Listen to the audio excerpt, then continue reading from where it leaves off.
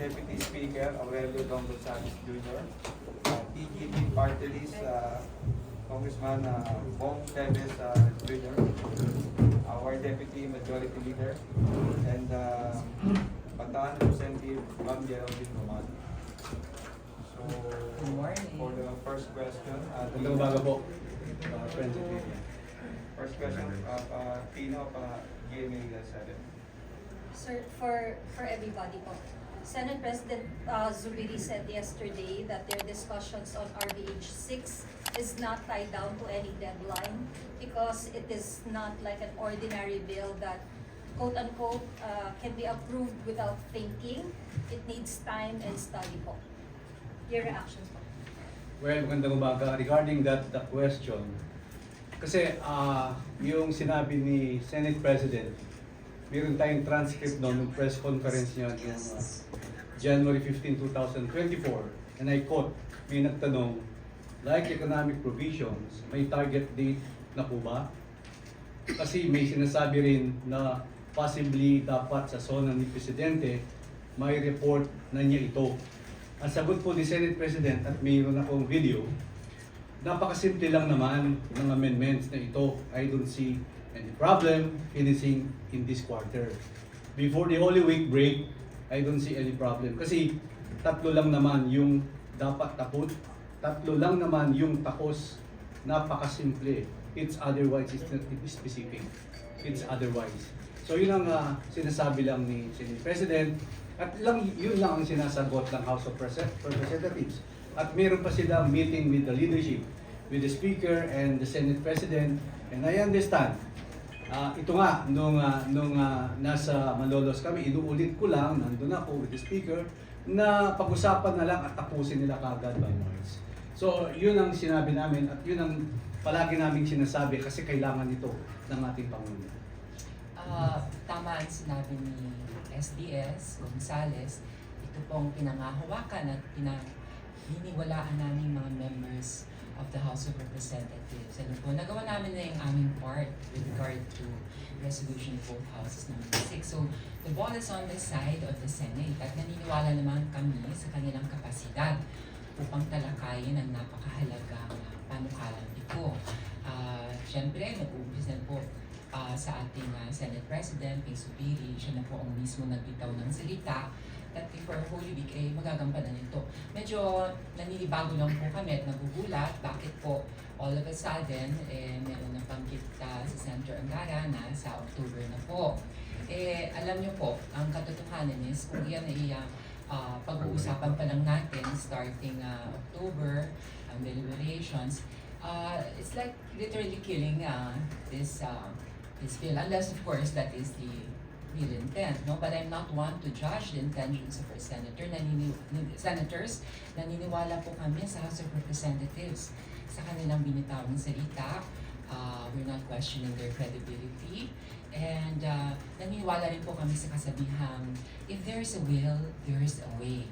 Kaya nga nung last press ko namin nila SDS, nila Majority Leader Manny Felipe, we spoke about sense of urgency.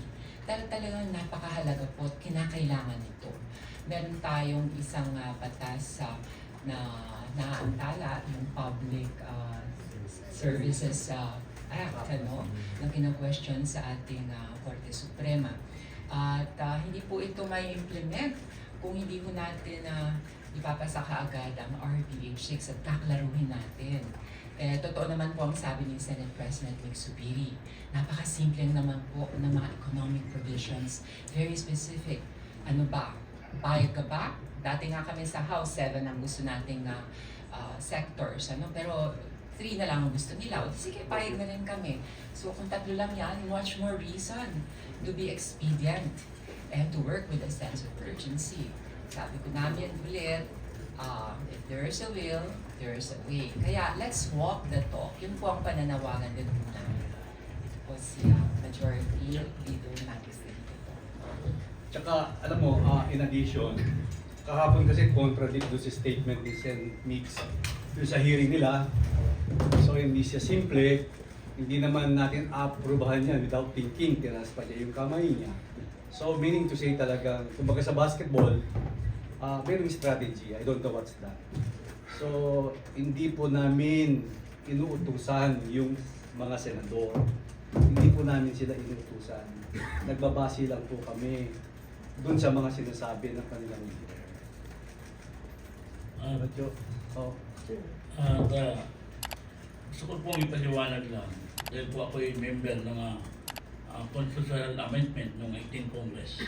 Napasa na po namin ito. Sinabit na po namin ang RBH 6 na ito doon sa Senado. Sino ba ang presidente ng 18 Congress namin? Si former President Duterte. At sino ba ang speaker namin noon? Si former Speaker Velasco. Ibig sabihin, hindi po ito inisyatibo ni Speaker Martin Romualdez. Dahil kung napasa na po namin noong 18 Congress na siya lamang ay isang majority leader, ibig sabihin, paano masasabi na inuutosan ang mga congressman tungkol sa People's Initiative? Pangalawa, nakita naman siguro natin yung statement ng ating speaker. Sinasabi niya, natutuwa siya dahil binuksan na at dinidinig na sa Senado ang RBH 6. Ibig sabihin, kung pag-uusapan natin at natutuwa na siya, sana tapos na ang ating mga hindi natin pinagkakaintindihan. But, tulad ng sinasabi po ng ating kasama na si Congressman Don Gonzales, yung statement po ni Senate President Mig Zubiri na sinasabi niya na okay, uumpisan mo na ito, pero hindi namin pipwedeng diktahan, pagsabihan ang aming mga kapasenador para kung kailan matatapos ito ay sana ay inyong maintindihan. Bakit ganon? Bakit may kailangan pa may pahapyaw tayo mga pananalita? Kung talagang kailangan natin ito dahil sa ating bayan, tapusin natin pagkaisay na ang RBH na ito. Dito lang naman ang hinihintay ng taong bayan. Matapos ang argumento tungkol dito, nang sa ganon, ano ba ang both sides, Congress and the Senate, ay magkaisa para sa bayan. We would like to acknowledge the presence of House Majority Leader Manix Dalipe. Sir, thank you for joining us. Your comments, sir. Sorry. Comment on. Hindi ko naabutan yung Timeline. Timeline, sir, changing of Senate timeline on the approval of RBH 6. They cannot finish on before Holy Week. As Well, the timeline was not given by the House of Representatives. We got that timeline during a statement made by the Senate President. And we were so elated and happy that at least with the words of the Senate President issued last January 15, may sinabi siyang first quarter. So masaya po kami. You know, in the House of Representatives, we take our work very seriously by working on it with a sense of urgency. Lahat po ng batas, whether it is the legislative priority of the President or LEDAC priority, SONA priority, we always act with a sense of urgency. Hindi po pwede natin bagalan yan, tutulog-tulog lang tayo at maghihintay yung taong bayan. In fact, if you look at our accomplishments in the SONA priorities, in the LEDAC priorities, no, the members of the House of Representatives work double time. Double time po dito. Nagsasama kami, tatrabaho kami. Tinatapos po yan. Hindi yan sino-shortcut. Lahat po, you know, we invite resource persons. In fact, the resource persons that were invited in the House of Representatives are just the same resource persons that go to the Senate for a particular bill. Pare-pareho lang yan eh. Ang kaso lang, dito sa House of Representatives, we act with a sense of urgency. And when we learned that the Senate President mentioned about the first quarter timeline, sabi namin at last, we can be able to, you know, accept it when they transmit it before the Holy Week break. Kasi kailangan natin bilisan. What we are afraid of, ito, diretsuin ko na po, is that the filing of the certificate of candidacy of all officials running for the midterm will be October.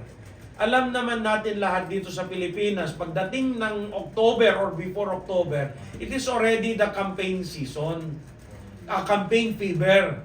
So pagdating ng October campaign fever, nagiging busy lahat in their respective,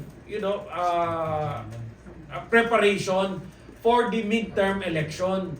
So, kung busy nga ngayon yung mga ibang legislators, for example sa Senate, medyo busy sila sa kanilang mga investigasyon. Dito sa House, what more when it comes to the campaign fever that will hit before October. So that's our worry, and we do not want that specific provision or that amendment in the Constitution, be included in the midterm election, mapupolitika na siya eh. So we would want to fast track it. Kung pwede ngayon na. If they feel, ito sa akin na, if they feel they are having a hard time, we also have the RBX6, which we filed last year. It's there in the Senate. It's the Constitutional Convention. Lahat ng option nandyan na. But we in the House of Representatives, we are pleading to our counterparts in the Senate to really, to move fast on it because we're running against time. For 37 years, ilang House Speaker ang dumaan had been pushing for this. Hindi lang si Speaker Martin Romualdez. The previous Speaker, Speaker Lord Velasco, Speaker Sonny Belmonte, Speaker Bebot Alvarez, kung ano-ano ng Speaker, everybody wants to update the 1987 Constitution. Everybody wants to update and sees the need and urgency to update the 37-year-old Constitution. Para hindi naman tayo maiwanan ng mga ibang kapitbahay natin dito sa Southeast Asia region. So we have to update and keep up with the fast developing pace of our neighbors. RD Cruz, previous event for the next question. Sir, what is your response to the parang kasi the senators object to the resolution yesterday that was approved, yung 1562. Parang they feel that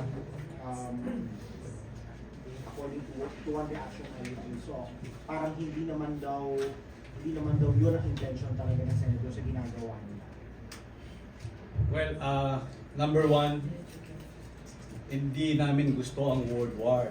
Isahin ko lang, sa kapwa namin mababatas sa Senado, inilabas lang ng mga congressmen ang kanilang saloobin sa nangyaring pag-atake sa aming speaker at sa aming institusyon.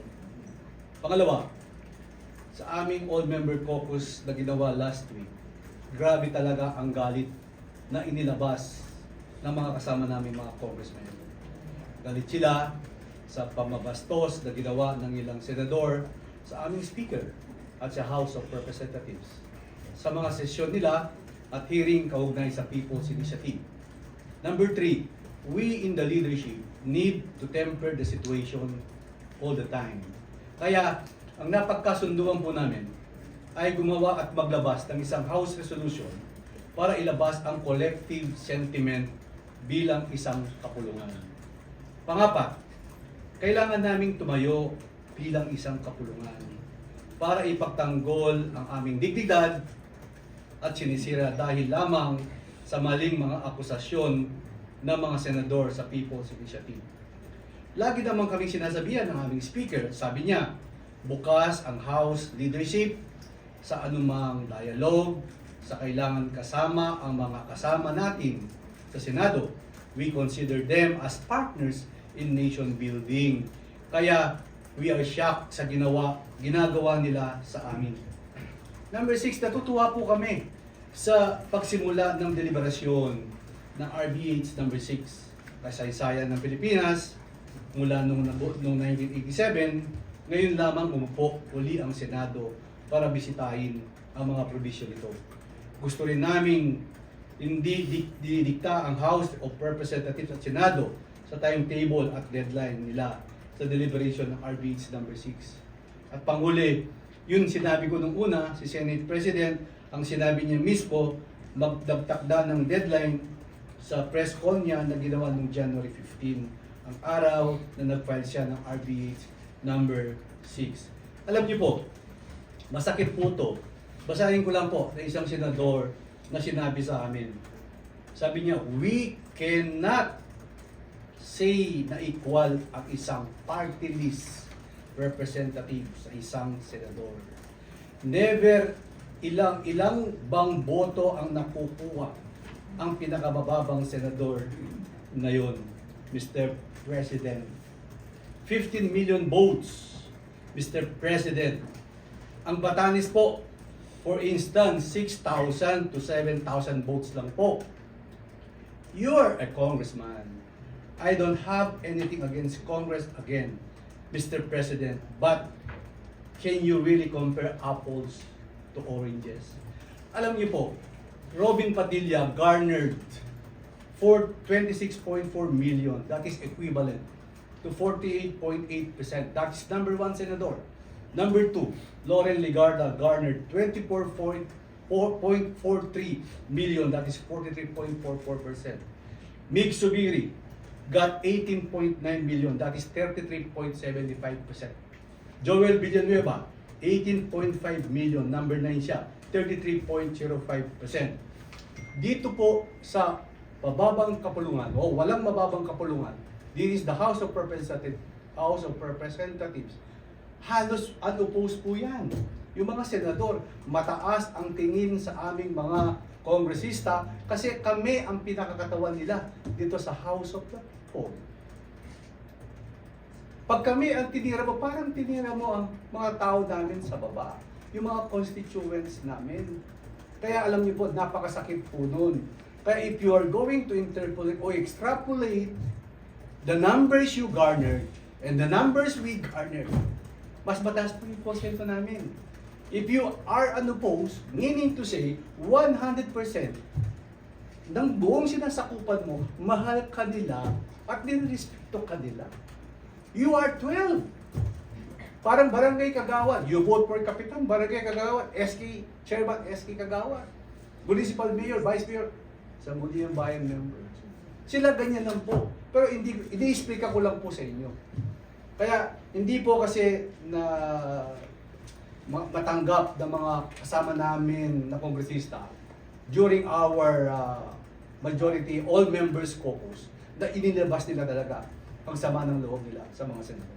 The SDS, RG, ano ba ang sabi eksakto doon sa statement nila tungkol sa aming resolution? Let me just run through some of the soundbites. Can I, RG? Ang sabi nung isa, ano ba talaga ang gusto nila? Ang gusto po namin ay maipasa itong RBH number 6. Napakasimple. May I ask also, RG? Okay, let me just run through the soundbites, ma'am. Senator SP Subiri, diba sinasabi niya, kung feeling assaulted sila, how? If the committee is just performing its duty, the Committee of Electoral Reforms, reading on facts, very clear. The last 2 hearings, the facts have come out, the facts have been coming out, whether it is for or against the topic at hand or the decisions at hand. So be it, we are just okay. facts. Got it. Sandali lang po lang, Senator Jinggoy Estrada, isang bagsak na. Senator Jinggoy Estrada, I don't think we violated interparliamentary courtesy because we have always observed it from the very start. And I think this resolution is an affront to the Senate as an institution. Senator Villanueva, it bothers me that our co-equal house, the House of Representatives, will accuse the Senate of coming up with the so-called attacks. May Okay. isang salita ang mga senador, may isang salita hindi natin kailangan ng the fact that we see each other, yung pagkamay natin sa isa't isa, alam na natin, meron na tayong pinag-aisa. Okay. I'm sorry. I didn't know we were not allowed to feel that way. Sa totoo lang, this rift should not have existed in the first place had we exercised some form or some minimum amount of empathy. Kailan sa kasaysayan ng Kongreso ang isang chamber mag-organize ng isang inquiry. Tapos ang mata-target, yung leader ng isang chamber. Empathy. Bakit di natin baliktarin ang sitwasyon? What if we organize a congressional inquiry? Tapos, ang idadawit natin, si SP Mixubiri. But of course, we take the higher moral ground and we will never do that. That's unthinkable. Tapos, sasabayan mo pa ng mga insinuations that we engage in illicit and illegal activity. Ano ba yan? Kayo na lang ang tama at kami ang mali? Kayo na lang ang nagmamahal sa bansa at kami hindi? Kayo lang ang defenders of the Constitution at kami gusto namin baguhin ang Constitution? Self-righteous much? No. So a little bit of empathy would have avoided this situation. Now, ako naniniwala, mga kasamahan ko, and I think I speak for other congressmen and congresswomen as well. Ang nag-uusap ng tapat, nagsasama ng maluwag. So if we express through a House resolution ang aming mga sentimiento, ang aming mga damdamin, maybe instead of taking it negatively and starting a word war, maybe we can do a little bit of introspection. That's part of empathy. Suriin natin, itong mga partners natin, mahabang panahon na nating katrabaho. Bakit all of a sudden parang aalsa sila?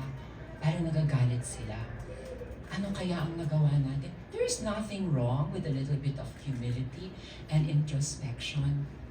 Baka naman, maunawaan ninyo na ang frustration na nararamdaman namin, that kami, malinis ang hangarin namin, we're just going about our duties as congressmen and congresswomen, and we have always viewed them as partners, and all of a sudden, magkakaroon ng Senate inquiry. Okay, karapatan nyo yan.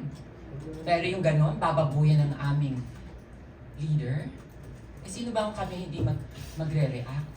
Eh, sinabi nga rin yata nila, dapat gawin sa kanilang presidente yun, eh, ganon din ang kanilang reaction. Tapos, we engage in character assassination. Tapos, meron pang language unbecoming of senators. This is not the way we should do things. A little bit of empathy. Place yourselves in our situation. At hindi lang yan. During our all-members caucus, maraming frustrations ang nailabas namin. Alam niyo ba yung feeling na magtatrabaho ka, gagawa ka ng isang legislative measure, isang panukalang batas, you do your research, you take the time to craft and draft the bill, and then you go through the deliberations, papakinggan mo lahat with a sense of urgency because kami kasi, we work directly with our constituents at nararamdaman namin, alam mo yung frustration na alam mo na yung solusyon, and yet, syempre, we respect the process. But, knowing that, merong urgency, we work double time and we take it seriously. Hindi pa pwede yung sit on a bill and let it languish just because. Just because. And we try to ask ourselves, bakit nangyayari yun? Ilan ang mga panukalang batas ang naipasa na namin sa Senado na hindi pa na-actionan? At nagtatanong kami. O ito na lang, RBH 6. We did our part. Nagbitaw kayo ng salita before Holy Week. Now, gusto nyo October? Eh, ba't di na lang tayo magtapatan? Are you determined or are you not? We're not dictating on you. But ang aming pananawagan is that we know you are capable. We know you're also determined because this is what you say. So why don't we walk the talk? If there's a will, there's a way. Yung frustration, yung mga bills na ganyan. Tapos, tao lang naman kami mga kongresista. We look back at the times when we took part in your respective campaigns. Nung nag-effort kami mag-organize ng mga political rallies nyo, nakikisabay kayo sa amin. We celebrated your victories. In fact, marami akong naririnig ng mga kongresista, ito nga, nangako sa akin ng itong project, nangako sa akin ng itong programa para sa aking constituents. Lahat ginagawa namin para makisama. Tapos napapako naman ang mga pangako. And you tell us that we cannot feel intensely about things. Kaya yung wording na yan, take it as it is. The resolution is what it is. It is a sincere expression of how we feel in the House of Representatives. And I do not feel that we should be judged because of the way we feel. Sana, take some time para i-analyze nyo saan kami nanggagaling. Anong hinuhugot namin. Yun lang naman yun eh. You know what? Boss Manix, ako talaga dito sa House of Representatives, natutuwa nga ako yung speaker eh. Kasi, you know, he wants to take the higher moral ground. In fact, sabi niya sa amin, I don't want you to engage in any word war because we have to work for the sake of our country. This situation is really uncomfortable is an understatement. It's weird, honestly speaking. Saan ka naman nakakita ng upper house, lower house, nagbabangayan? It all boils down to one thing eh. There is a need to amend the Constitution. The economic provisions in particular. Nagkais na tayo in our Declaration of Intent. So why don't we walk the talk? Yun lang naman. Now, you may choose to sit on it because you have the power to do it. Then you can prove your power by sitting on it because it's the process. But the question is not whether you are capable of doing it. The question is it the right thing to do? So I invite our dear senators and I appeal to their more noble sense of patriotism to seriously consider our resolution of both houses number 6 and start the ball rolling once and for all. They've shown it in the past with other more complicated legislative measures. Why can't they do it now? Nagkataon lang ba na merong bangayan na gaganap? At matatapos na itong bangayan na to eh. People will forget about what we say or what we did.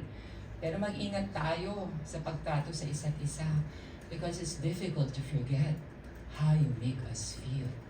And when you make us feel like we're inferiors and not co-equal, you may say that we're co-equals, but by your actions and pronouncements, parang nabebetre ang sinasabi ninyo. Mawala ng lahat, wag lang yung pakiramdam, di po ba? Eh matatalino naman po tayong lahat. At you know what? Sabi nga namin eh, kung na tayo lahat, tapatan na lang po tayo. Kami, klaro, sa lower house, we want constitutional amendments, particularly the economic provisions. Sabi nyo, ganun din kayo. Hindi sana patunayan nyo naman ng taong bayan. Isang tabi na natin tong ating pangayan. Diyos ko, napakababaw lang ito. Although sana, unawain nyo rin kung saan kami nanggagaling. Because we're just being sincere here. And we don't mean anything. We don't mean anything bad. And we don't want this situation to last a long time. Gusto namin magkaayos, magkais na tayo para mag-focus na tayo sa aming trabaho. Thank you. Ma'am, to our panel before, what is your backup plan po in case talagang hindi nila mapagbigyan yung o hindi nila mapanindigan yung first quarter timeline ng RBH6? I guess si Majo po. What is your backup plan in case hindi nila mapanindigan yung first quarter? Basta sabihin ko na sa inyo anong mangyayari. In each administration, ay yung taon ko yung isang administrasyon. Everyone will agree with me in the House of Representatives and even outside na in the second half of any administration, any proposal to amend the Constitution or to update it, wala na po yan. We have seen it all throughout the different administrations. That's why we are in that sense of urgency. Siguro nga, minsan nag-iisip ako, ba't ba tayo gusto parating mabilis magtrabaho? Siguro, You know, in comparison to our friends there, they have the luxury of time because they have 12 years. They have 6 years, kami 3 years lang eh. We have to do the output because the people of the Republic of the Philippines will judge us every 3 years. So kailangan may output. We have to help our people. And in this case, the economic provisions that will help our country. Eh, wala kami. We don't have the luxury of time. We have to act fast. We have to hold meetings diligently. We have to work double time to come up with that legislation. Kasi 3 years for every term. Ang bawat member ng House of Representatives ay sa kanila 12 years. Ang nakahaba-haba siguro pwede pa sila matulong. 'Di ba? Kami kailangan namin matulong tao kasi husgan kami. Ano bang naipasan yung batas? You will be up for election again and the people will ask us about our output. So hindi kami pwede patulog-tulog dyan. Kailangan kami magtrabaho double time. That's why as I said, the House of Representatives always acts with a sense of urgency. Now, talking about backup plan. Ewan ko, anong backup plan na naman eh. You know, for 37 years, hindi matuloy-tuloy because, let's face it, ito na nga nangyayari.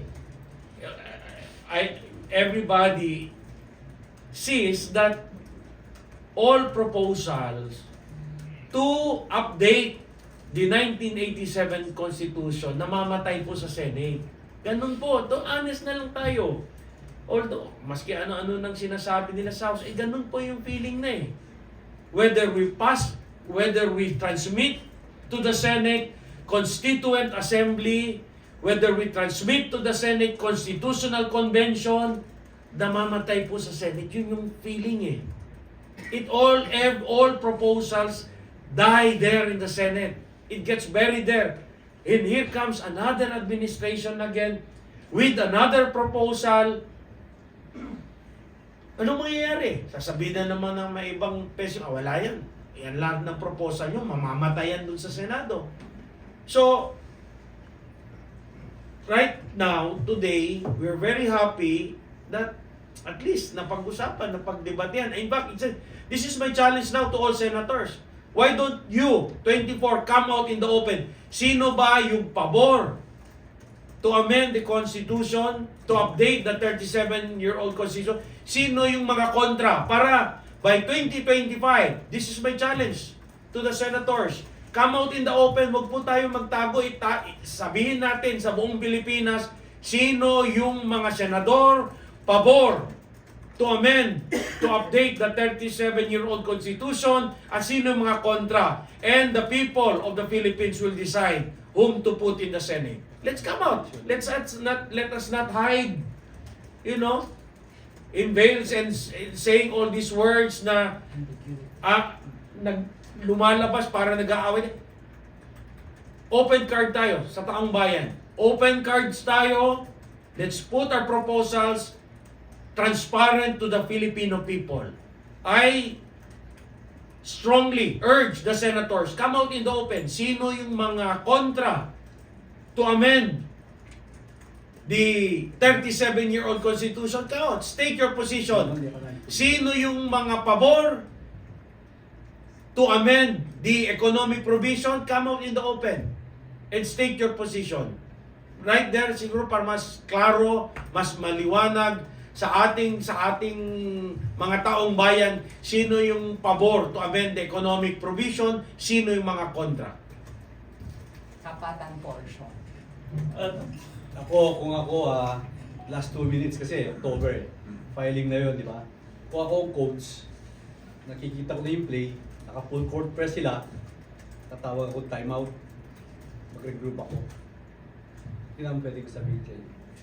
At pangalawa, yung RH number 6, hindi ito madali na ginawa. Nagkaroon kami ng mga provincial consultation dito. Nagkaroon kami ng city consultation. Halos umiikot kami sa iba-ibang lugar, iba-ibang province. Hindi ito basta-basta ginawa dito lamang sa loob ng Kongreso, kundi sa labas. Kaya tama po yung sasabi ni aming majority.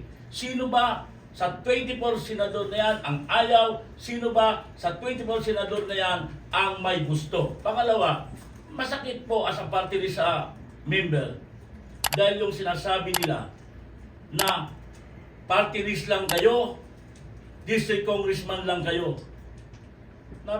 Napakasakit po nun. Unang-una, yung nagsasalita nun, saan ba siya nang galing? Di ba naging congressman din siya? Naging party list din siya?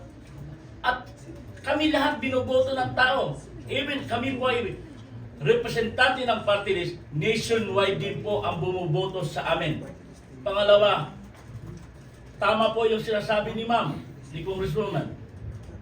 Hindi ba nung kayo'y tumatakbong senador, lumalapit kayo sa mga district congressman, lumalapit kayo sa mga party list members para humingi ng tulong na iboto kayo at ilakad sa aming mga distrito o sa mga party list members organization namin. Ngayon sasabihin ninyo, party list lang kayo, congressman lang kayo. Masakit po sa amin yon. At pangalawa, pupuntiin ko na ang sinabi ng isang senador, si Senator Joel Villanueva, my fraternal brother. Masakit po yung sinasabi nyo. Unang-una, ano sinasabi ninyo? Nagkaka-traffic sa Forbes Park. Para saan? Dahil yung aming mga chief of staff kumukuha ng form sa People's Initiative. Hindi po totoo yun. Even my chief of staff, hindi ko inutusan na pumunta ng Forbes Park. Kaya sana tapusin na natin ito. Yan po ang hamon ng Kongreso. Sino ba sa 24 senador na yan ang pabor at hindi? At pangalawa, mag-i-eleksyon na naman. Hindi ba kayo hingi ng tulong?